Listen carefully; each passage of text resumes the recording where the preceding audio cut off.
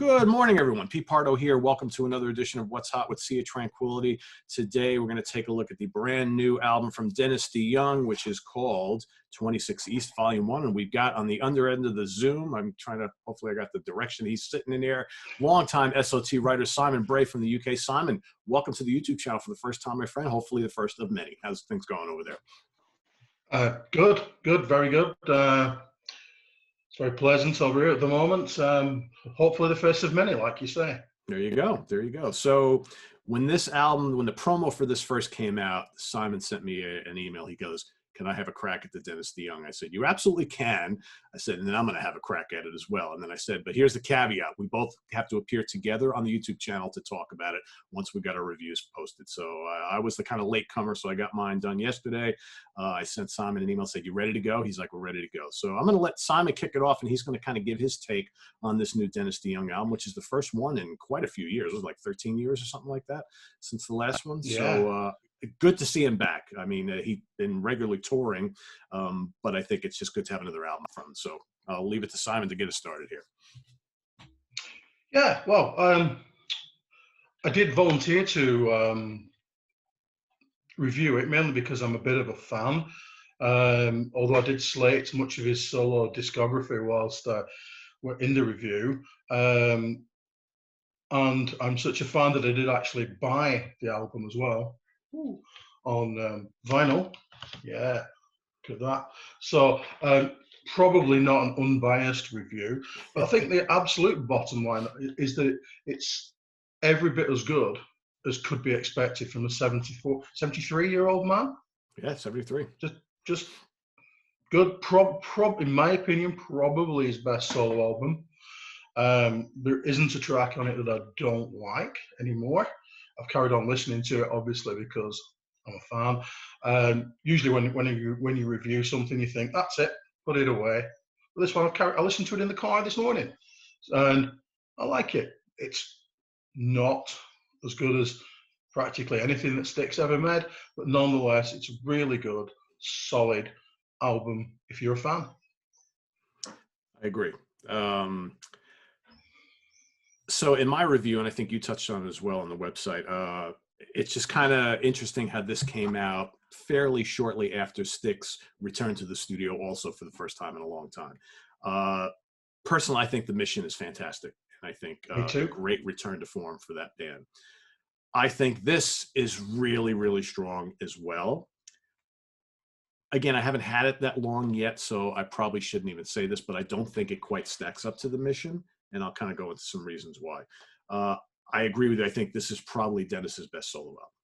And I think there's plenty for a 73-year-old guy. He still sounds great. I'm very happy that he brought on board basically the touring band that he's been with for a long time, because I've seen them live and I think they're fantastic. He's got Mike Morales on drums. He's got the two guitar players, Jimmy Leahy and August Zadra, who, let's face it, they both do the JY and Tommy Shaw thing. That's what they were brought on board to do.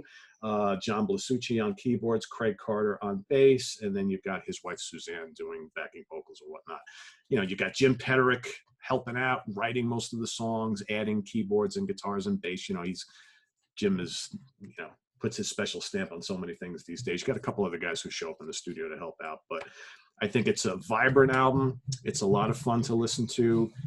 There are probably maybe half the songs have that kind of cool proggy AOR hard rock touch that we've always known Styx for. I think East of Midnight is a fantastic song. Kingdom Ablaze, try and say that fast 5 times. Damn That Dream, The Promise of This Land is quite good. Maybe a couple too many ballads for me, but it is a Dennis DeYoung album, right? So, but I will agree with you. Even the ballads are very well done. And one of the things you pointed out on your review on the website is that there's no kind of like Babe on this album, which is probably a good thing. Not that Babe is a terrible song. You know, I never need to hear it again. But I think You, My Love is probably what the closest thing to Babe we got here. Yeah. And possibly the single as well, To the Good Old Days, is a bit syrupy. Yeah, it is. And I probably didn't need Julian Lennon. Yeah. Or anybody else, but I really like the way the album ends. the to the good old days, and then into the AD 2020. You know, to cut the call back to the Styx days, which is quite strange given that there's going to be a volume 2. Yeah, so what's that going to be all about? Because it's almost like with AD 2020, you know, they're bringing you back to Paradise Theater. So what are we in store for in the part 2 of this, right? Interesting. Indeed. So he hasn't really said much about it. I think Run for the Roses is a pretty cool tune, and that's got this kind of like theatrical, almost like Meatloaf type of thing going on there. You know, it's big chorus, all that kind of stuff. The only song and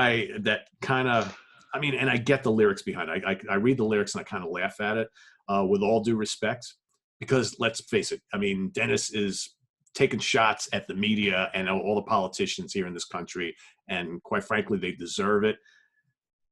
The song sounds a little juvenile to me. I don't know. Yeah. I appreciate it from a lyrical perspective, but, you know, with all due respect, you are an asshole over and over again in the chorus. I'm like, oh, Jesus, Dennis, I think you're a little bit kind of beyond that. But it's still a fun song and it rocks, so I get it. So great sounding album, I think. Production is pretty spot on. And my one disappointment, and this is as someone who's seen them live a few times, this band, and I think, and I pointed this out in my review, you know, one of the great things about the classic Styx albums is you had 3 great writers and 3 great singers, and every album was filled with that diversity. So you knew you were going to get 4 Dennis DeYoung sung songs. You knew you were going to get at least 3 Tommy Shaw songs. You'd probably get 1 or 2 James Young songs, and it just gave this kind of big balance to the album.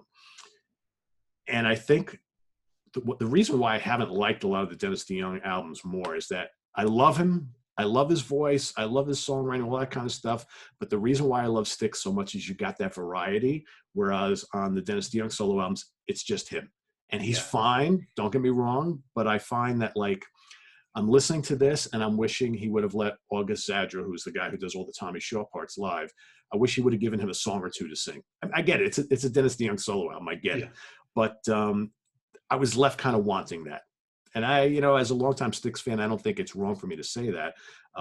But I don't want it to sound like I'm down on this album, because I'm not. I think this is really good. I'm enjoying it. I played it a ton in the 2 weeks that I've had it.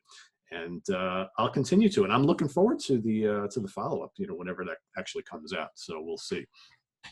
Interesting how he winds up on Frontiers Records. Yeah. Simon and I like talk all the time via email about the Frontiers releases. And I mean, I would say the last year they have pumped out so many releases, so many albums. And it's almost like anybody who was anybody in the late 70s or the 80s winds up on Frontiers Records. Well, at least he wrote his own songs, but not all of them do. That is very true. That is very true. Yeah. And this doesn't feel, some of the Frontiers projects kind of feel like thrown together really quickly. And like you said, probably written by, they got the songs already written. Let's just assemble a bunch of guys. Here's your songs. Go into the studio and knock them out. This to me sounds like stuff that he's probably been working on for a while. And the fact that he's got a second album in the can already, ready to go, you know, means he's been busy all these years. Because I've been wondering, you know, he tours all the time here. And I'm like, geez, we haven't seen a new album from him in over a decade. It's like, what's going on? So this is what's going on. So pretty cool. So there you have it. So I think Simon gave it a 4-star rating. I gave it a 3.5. Go ahead. I weighed up between 3.5 and 4, and plumped for 4 because you couldn't really expect much more. Yeah. And I will say, in all my years of running the Sea of Tranquility webzine, Simon is one of the toughest reviewers we have. How many?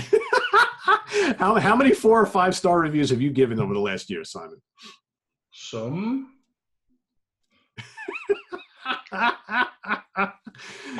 No, but Simon is great because a 3.5-star review is really, really strong.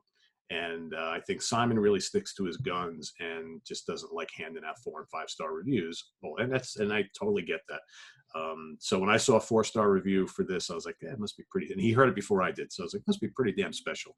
And it is. It's really good. It's really enjoyable. I kind of fluctuated between 3.5 and 4. I opted for 3.5, but if you ask me a month from now, I may change my mind on that. So we'll see.